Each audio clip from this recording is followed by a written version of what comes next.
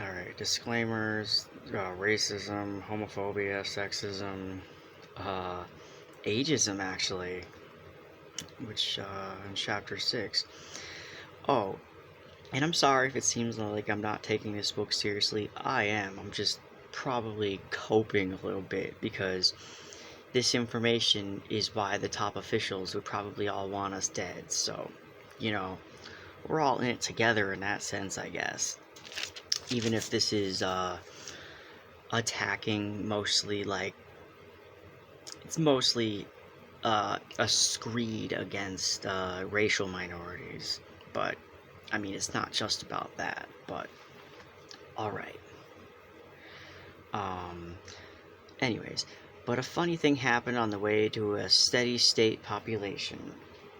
It turned out that demography is not really about the human species, it's about individual people. It is individual people called parents who have babies and set the long-range fertility patterns. Individuals making intimate decisions that involve the bedrooms and the checkbook usually don't care about whether the total fertility rate of a nation is 2.4 children per woman, as in the Soviet Union, 2.1 as in Czechoslovakia, 1.8 as in the US, or the near suicidal 1.27 that now prevails in West Germany.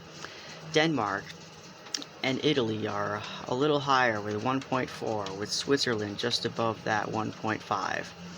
The couples involved often care about whether the wife needs to work or wants to work, whether their dwelling is large enough for the children or more children, whether they will have money available to send their children or child or children to good schools, and whether they will be able to afford a nice vacation. In short, whether in 100 ways they will be able to keep up their standards of living. In the end, much depends on whether the urge to parenthood, principally involving the love of offspring and a yearning for posterity, is strong enough to offset the problem it may yield. So, the direction of the trend is long established. It is the low level and the recent speed of descent that is startling. How low? Very low. How fast? Very fast. Almost every aspect of modern life seems to be blamed upon or praised because of its derivation from the turbulent time called, quote, the 60s. So too with the birth dearth. Varying somewhat from year to year and from nation to nation, the demographic trend we deal with here begin in most industrial nations somewhere around the 1960s. Expressed as simply as possible, what happened was this: for a while, the bottom fell out. As in their statistics that they expected went lower, I assume. I do not exaggerate. Some examples: in just 20 years, one generation, the TFR in the Netherlands dropped from 3.2 children per woman to 1.4. That is a decrease of 53%. Or consider a bigger country. Over a brief 11-year span, the French rate dropped 32%. Only among whites? Question mark? No. Japanese birth rates began falling somewhat earlier, in the mid-50s, and dropped by 27% in one decade. What about the United States? From a higher base, the U.S. experiences one of the steepest declines in the world. Our TFR plunged by 54% in just 19 years, from 3.77 to 1.74, starting in 1957 and going to 1976. It's been at about 1.8 since then. In short, among the nations we are talking about, the modern, industrial, free nations, Jesus emphasizes that a lot, the bottom fell out almost everywhere and quickly. There will be an attempt here not to stuff too many graphs into this volume, but the one on the opposite page is critical and deserves some scrutiny. The actual numbers that form this graph are offered in tabular forms in the appendix. Several things should be noted about the numbers. One can sense from the graph, and it is confirmed by the data in the appendix. I'm probably reading that wrong. And the most recent data from the modern nations generally shows a continuing decline. Of the 22 nations involved, 14 dropped from 1980 to the most recent year available, usually 1985. 5 nations stayed at the same level during that time. Just 3 went up, each by a minuscule 0.1, and 2 of those were tiny countries, Finland and New Zealand. Along the middle-sized Australia of the 6-month populous Western nations, 3 have TFRs that drop in that time frame. West Germany, France, Italy, each by 0.2. Demographer Carl Hube of the Population Reference Bureau keeps a close eye on the year-to-year fertility rates. In early 1987, referring to the Western industrial nations, Hube said this: the generational country-by-country evidence shows TFRs either remain stable or in continuing decline. There is no evidence of an upward trend. In other words, not only is there no apparent upturn occurring, not only is there no firm plateau discernible, but it is entirely plausible that the decline has not yet reached the bottom. The broad run of the data has obviously been following this downward path to a below replacement levels for a long time now. At least the full generation. It is quite likely that the next available set of annual data will show many nations moving to still lower all-the-time lows. Yeah, just as this chart shows. That, at least some to be the census of most demographers who have studied the situation. In the post-World War II circumstance, it was Japan that first breached 2.1 replacement barrier for an extended period of time. That began back in 1957. Go to page 17 if you want the graph he's talking about. It was not until 13 years later that the first Western European nations went below replacement to stay. That was West Germany in 1970. But within 5 years after that, 14 other nations were below the mark. And in 1980, all the major free modern nations were under replacement. Today, only Ireland, Israel, and New Zealand, none of them demographic powers, are above replacement rates. Moreover, this fertility fall has been the steepest in all demographic history. Now there is at least one easy and statistical reason that can explain some of the steepness of the decline. Consider what happened in the United States when World War II ended in 1945.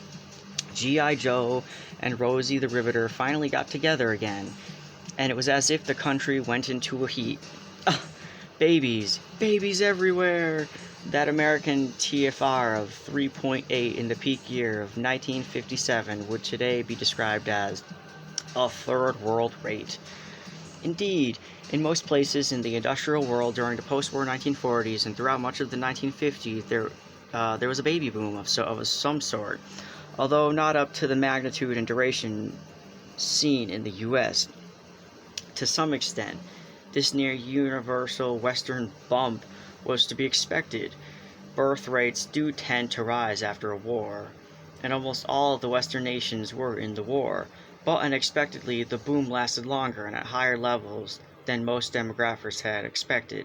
This was especially in the United States. It was, you might say, a seminal event. In any event, fertility rates were at unusually high relative levels, and the drop was to be expected. But notwithstanding the post-war baby boom phenomenon, almost no one expected what happened next. A demographer track that was not very low and stayed low, but one that, unless big changes occur, clearly leads to a sharp population decline.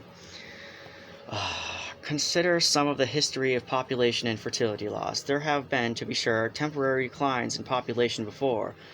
War has been one cause. 60 million people died in World War II. Another cause of demographic decline, that was famine.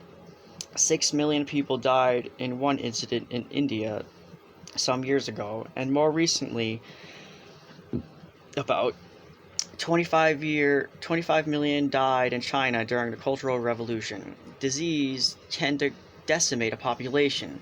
Bubonic plague killed off about a third of the European population in the Middle Ages. Repression, too, can contribute to eroding a population base. One estimate is that Soviet policies since Lenin have directly or indirectly destroyed more than 60 million people in the Soviet Union. Something similar, proportionately, happened in Cambodia in the 1970s. Economic depression has pushed down fertility rates. During the Great Depression of the late 1920s, the early 1930s, many European nations dipped below 2.1 TFR mark for a few years, although in most cases nowhere near as low as the current rates. Ew. Alright. War, famine, disease, repression, depression. These are external events or conditions inflicted upon other nations or peoples. But the nations and peoples in question today, or nations and peoples of the Western community, are at peace, well-fed, free, healthy, and prospering. The cause of the birth dearth is not external in the conventional sense. It is self-induced, and if you prefer, self-inflicted. Thus, the use of contraception, women moving into the labor force, urbanization, all involve some large measure of personal choice. As I have traveled to many nations in pursuit of this story in recent years, I have been struck by the fact that in so many places, so many people offer very particular reasons regarding the cause of the birth dearth in their particular country. A woman in Texas told me it was because of Vietnam. She had been married to 2 Nam vets, she said, and they weren't ready to make commitments due to their trauma from the war. In Germany, I was told that one reason the birth dearth rate was down was in reaction to Hitler, who had tried to increase birth rates. I will give further examples later. I find these particularistic stories all very interesting. But alas, when all is said and done, one must ignore most of them. Why? Because birth rates have plummeted everywhere throughout the modern industrial world. There are a record low for a record duration. They are more likely still falling. They have fallen in a nation which was involved in the Vietnam War and in nations that weren't. There are falling in nations where there was a big population explosion and in nations where there wasn't. They are falling where there was a fascist history and one where there wasn't. The fact is, the birth dearth is a phenomenon that is going on all across in the modern world, and it has never happened before. What does it yield? Alright, chapter 3. I'll probably read this in the next video.